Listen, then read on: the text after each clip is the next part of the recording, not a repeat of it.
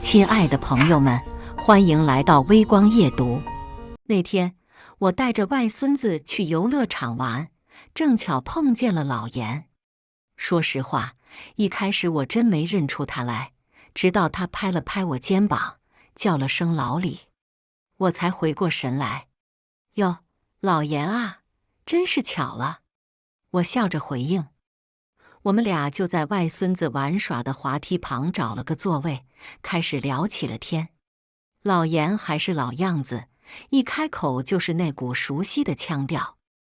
我们聊起了高中时的趣事，谁的糗事，谁的壮举，仿佛那些日子就在昨天。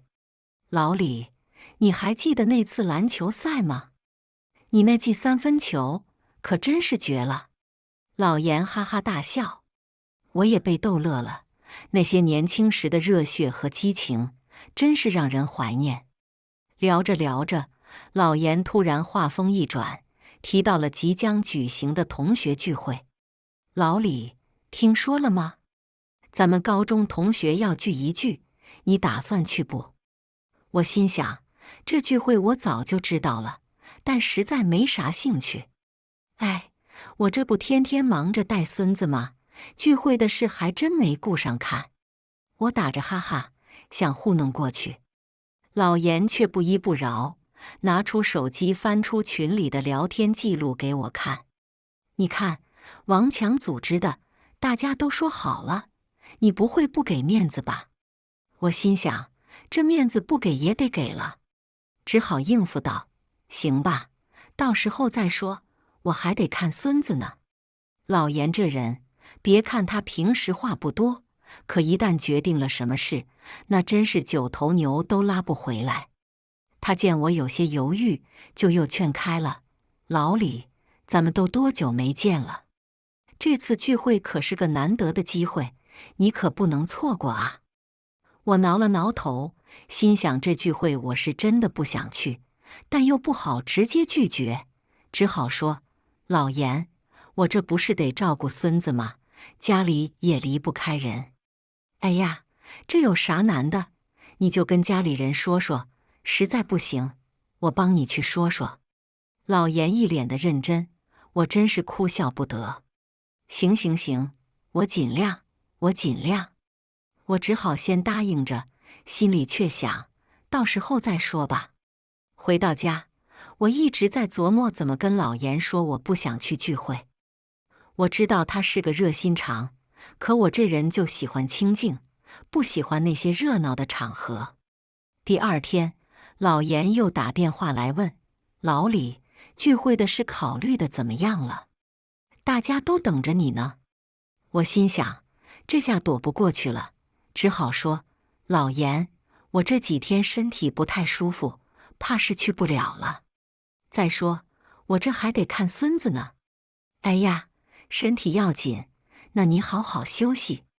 老严一听我身体不舒服，立刻就改了口。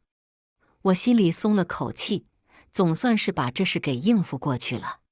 可我没想到，老严这人真是锲而不舍。他见我不肯去，竟然亲自找上门来了。老李，你这是怎么了？是不是有什么难言之隐啊？老严一进门就问。我只好说：老严，我是真的不想去。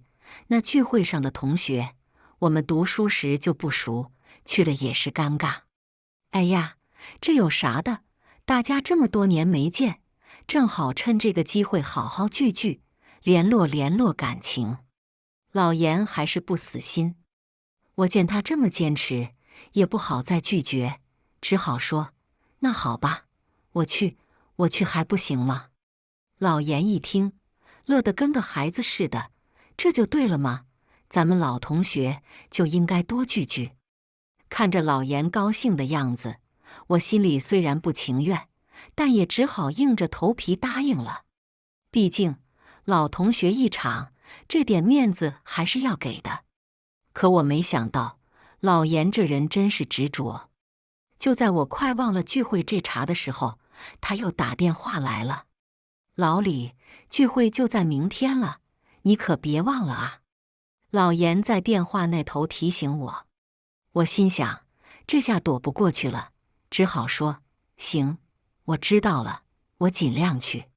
不是尽量，是一定得来啊。老严在电话那头强调。我只好答应，行行行，我一定去，这总行了吧。挂了电话，我心里挺不是滋味的。我知道老严是好意，可我这人就不爱凑热闹，真是没办法。第二天一早，老严的电话就来了。老李，你起来了没？我一会儿就去接你啊。可既然答应了人家，就得说话算话。我匆匆吃了早饭，换上了件干净的衣服，就准备出门了。老伴看我这副样子，笑着说：你这是要去相亲啊？我苦笑着摇了摇头，心想这聚会可比相亲还让人头疼呢。我正准备出门，女儿就抱着外孙走了过来。爸，您这是要去哪儿啊？女儿问。我告诉她是去参加同学聚会。女儿听了，眼睛一亮：聚会在哪儿啊？我今天正好也有个生意要谈，就在那个饭店附近。我说：你不用管我，我有个老同学会来接我。女儿却说：那多麻烦人家啊，我顺路送您过去不就得了？您结束的时候给我发个消息，我再接您回来。我摆了摆手：不用不用，老严都答应来接我了，你忙你的。女儿见我坚持，也就没再说什么，只是叮嘱我注意身体。我话音刚落，老严的电话就来了：老李，我到你家楼下了，你准备好了吗？我一看时间，这才几点啊？聚会不是中午才开始吗？我匆匆忙忙下了楼，老严已经在车里等我了。我上了车，问他：老严，咱们怎么这么早就去啊？老严笑着说：早点去，熟悉熟悉环境，省得到时候手忙脚乱的。我心里想，这老严还真是个热心肠，可我这人最怕这种提前准备的事了。到了饭店，老严带着我直奔包厢。一进门，已经有几位同学到了，他们正聊得热火朝天。我们一进去，他们就打了个招呼，然后继续聊他们的。我和老严找了个角落坐下，我看着他们谈笑风生，心里却有点不是滋味。老严倒是挺自来熟，拉着我的手，就开始和旁边的同学聊上了。我呢，只能陪着笑，心里却在想，这聚会怎么跟我想象的不太一样啊？就这样，我和老严在包厢里坐着，等着其他同学的到来。我心里有点尴尬，也有点无奈，但既然来了，就顺其自然吧。包厢里，同学们陆陆续续都来了。大家正聊着，聚会的发起人王强站了起来，手里拿着个本子。大家静一静，咱们先把聚会的钱交了吧，1人500，这样待会吃起来也舒心。王强说。我一听，愣住了。约制？我怎么不知道？我看向老严，他一脸尴尬。哎呀，老李，我给忘了告诉你了。我心想，这下可好，我身上可没带这么多钱啊。王强走到我们这桌，看着我：老李，你的钱呢？我也摸了摸口袋，掏出手机，我没带现金，我用手机支付吧。王强笑着：看看，还是老李时髦，咱们这些老骨头得学着点了。我尴尬地笑了笑，心里却不是滋味。这聚会怎么一开始就这么尴尬呢？交完钱，大家开始吃饭。席间，王强端着酒杯走到我面前：老李，听说你也退休了，退休金不少吧？我摆了摆手：哪里，就是个普通工人，退休金够花而已。王强哈哈一笑：刚才交钱看你犹豫，我还以为你退休金多得花不完呢。周围的同学们也跟着笑了起来。我脸上陪着笑，心里却像被针扎一样。这就是我多年未见的老同学吗？怎么一见面就揭人短呢？王强那话一出口，包厢里突然安静了。我尴尬地坐在那里，感觉所有人的目光都集中在我身上。我笑着说：“王强，你这是拿我开涮呢？”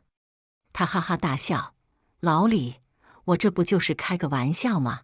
你别往心里去。”老严感觉到了我的不自在，他悄悄地在桌下拍了拍我的手：“老李，别在意，王强那人你还不知道，就喜欢开玩笑。”我看了他一眼，苦笑了一下。老严这人虽然有时候马虎，但还是挺关心我的。没事，我没那么小气。我回答他，但心里的疙瘩哪是那么容易就解开的。聚会快结束的时候，王强又开始提议：“咱们来张合影吧，纪念一下这次难得的聚会。”大家纷纷起身，准备拍照。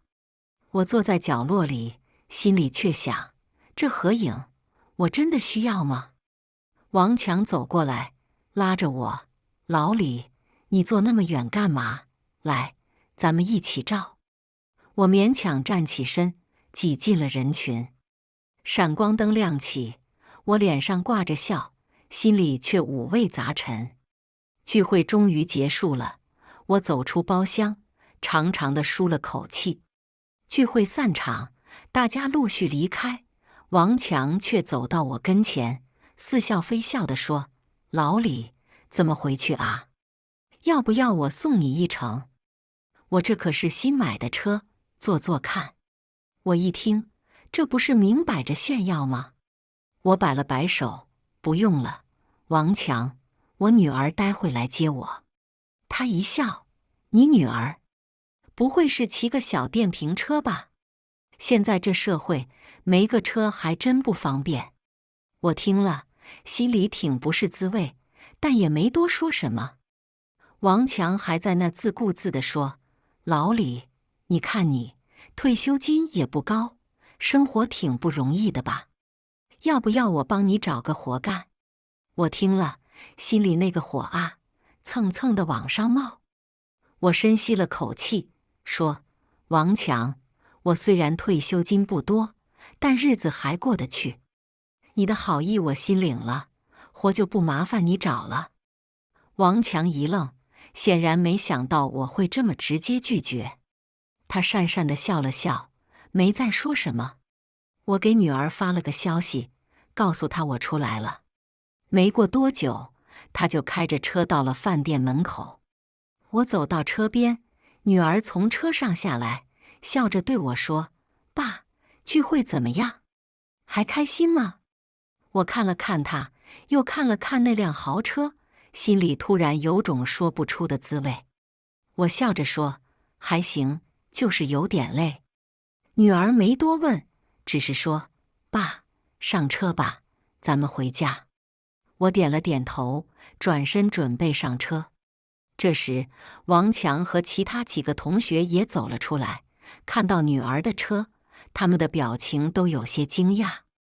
王强走过来，有些尴尬地说：“老李，这是你女儿啊？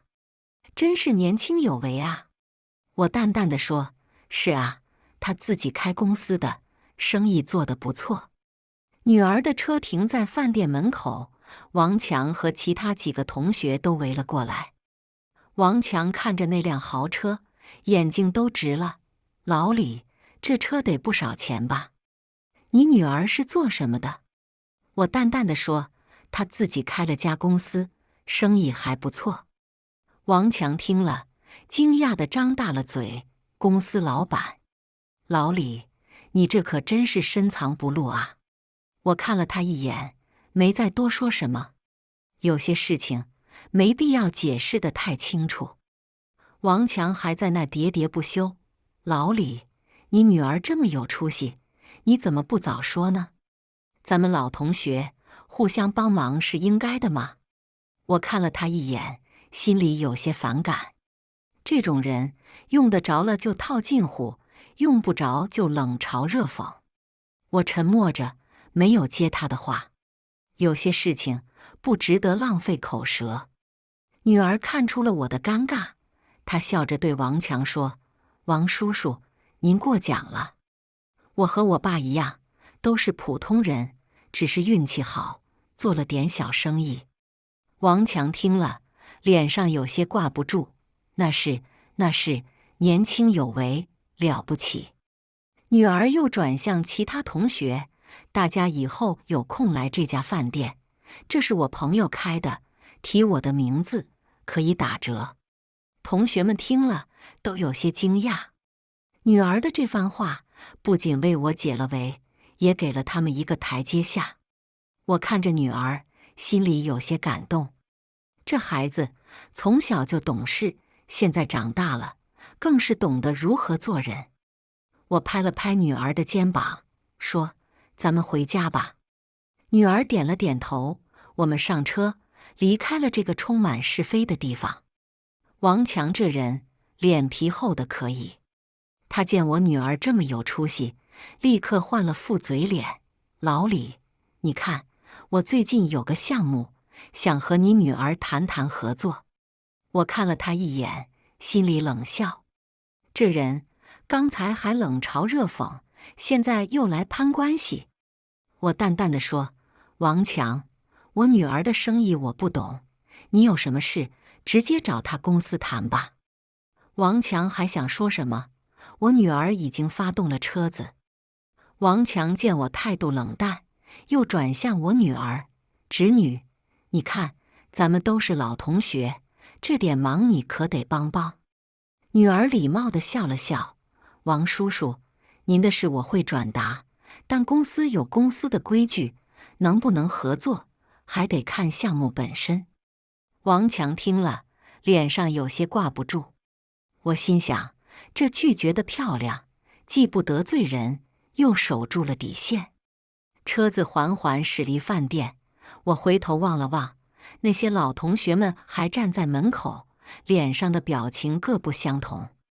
我叹了口气，对女儿说：“今天这聚会真是一言难尽啊。”女儿拍了拍我的手：“爸，您别想太多，同学聚会就是这样的。”我点了点头，心里感慨万千。这聚会虽然让我看清了不少人，但也让感受到了家人的温暖。我转过头，不再去看那些人。从今往后，我老李再也不参加这种无聊的聚会了。感谢大家的观看。本期故事精彩吗？欢迎大家在下方评论区吐槽。如果你喜欢这类故事，记得点击订阅微光夜读，并分享给更多的人，这会对我帮助很大。再次感谢大家的观看。